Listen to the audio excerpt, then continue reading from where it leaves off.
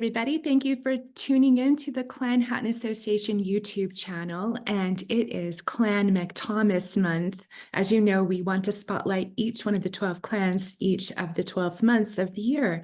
And so June is Clan Macthomas, and we have some very special guests coming up, including the clan chief, Finegand. A lot of history and a little bit more about what Clan Macthomas does around the world and their different events that they have.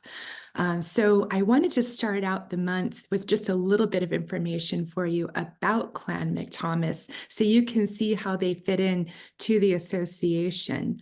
And so with that, I'm going to just give you a brief history. Now, their website is clanmacthomas.org. So if you want to go to their website, they have a lot of really great information. They have some educational initiatives, information about genealogy, all their clan septs, and some beautiful pictures about their lands and a little bit more about Clan Macthomas. Here is a brief history. Thomas is a Gaelic-speaking Highlander known as Tomaidh Mor, or Great Tommy, from whom the clan takes its name, was a descendant of Clan Chattan the Mackintoshes, his grandfather having been son of William, the 8th chief of Clan Chattan.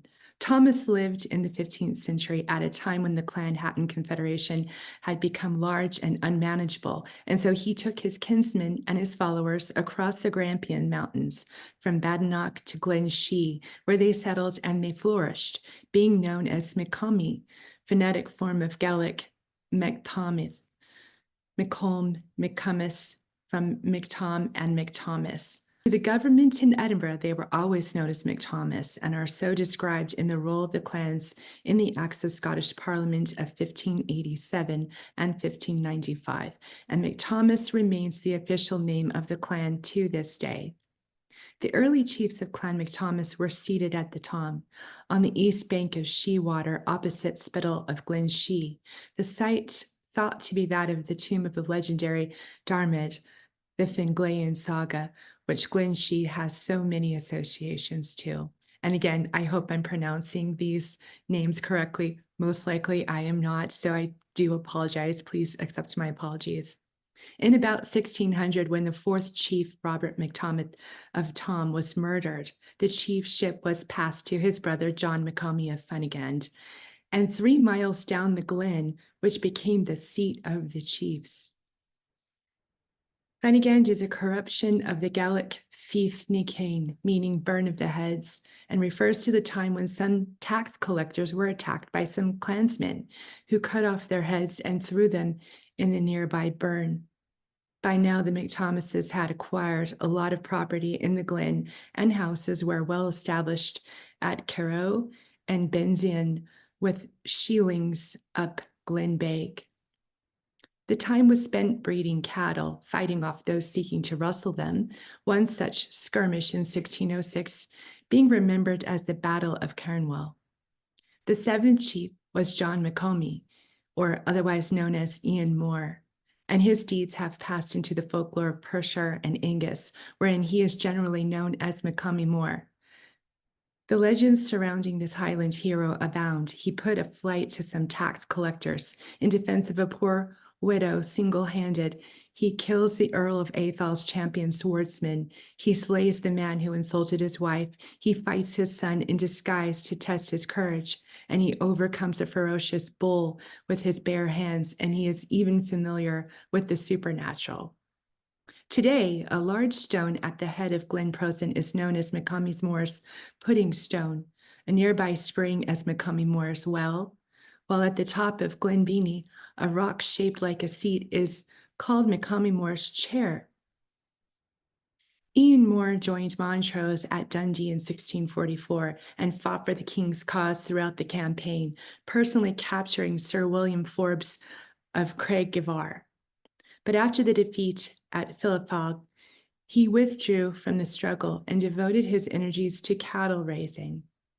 During this time, the clan extended its lands and influence into Glen Prosen and Strathdarrell, and Ian Mor purchased the barony of Forder in Glen Isla from the Lord Arley.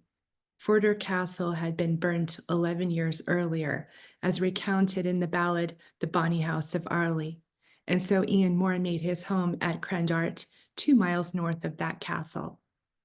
The government of Cromwell won Ian Mor's admiration for the prosperity it brought Scotland, but this soured his relationship with Arley. And in the restoration of Charles II in 1660, he found himself in trouble with Parliament, who fined him heavily at Arley's investigation. A lawsuit decreed that Canlochan Forest, part of the Forder estate, belonged to the latter. This Ian Mor refused to recognize this, continuing to pasture his cattle in the disputed land, which Arley had leased to Robert Farquharson of Badenoch.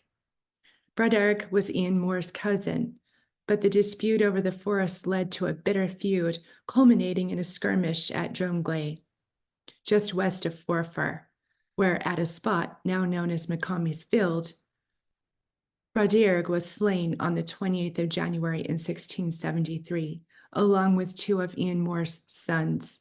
The fine feud and the crippling lawsuit that followed ruined the MacThomases, and following Ian Mor's death, his remaining sons were forced to sell all of their lands.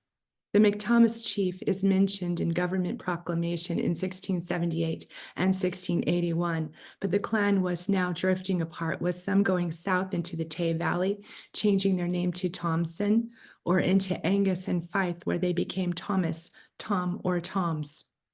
The 10th chief of Angus, who took the surname Thomas and later Toms, settled in northern Fife, where his family thrived as successful farmers until they moved to Dundee and became prosperous merchants. And at the end of the 18th century, finally they bought the estate of Aberlino near Forfar. Others moved north into Aberdeenshire, where the name became corrupted to McComie, as well as anglicized forms of Tom and Thomson.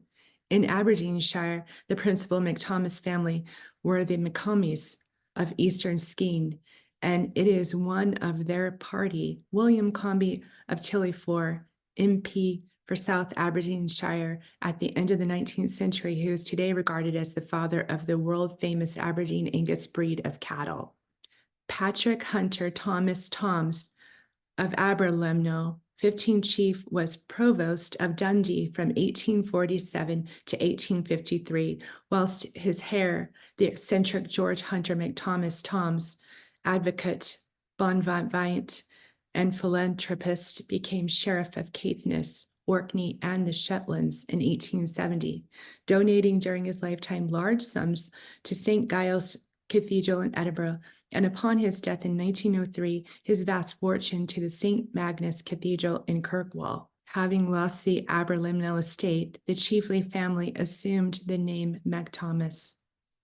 In 1954, the Clan Macthomas Society was formed, and 13 years later, George's great-nephew, Patrick Watt MacThomas, was once again officially recognized by the Lion Court by the historic designation, the MacThomas of Finegand. He died in 1970, being succeeded as 19th chief by his only son, Andrew MacThomas of Finegand. And it was during his lifetime that the clan's ancient gathering ground, the Cockstane, was purchased. The new bridge over Shewater, named after the family, and the clan's historic links with Glenshee firmly re-established. Thomas, his only son, was born in the late 1980s. And I just wanted to let you know, I had a wonderful discussion and interview with Andrew MacThomas of Finegand, the current chief of Clan Macthomas, that hopefully will be airing in the next week. And thank you all for tuning in. I hope you learn more about the Clan Macthomas Society and visit their website, clanmacthomas.org. And until next week, bye for now.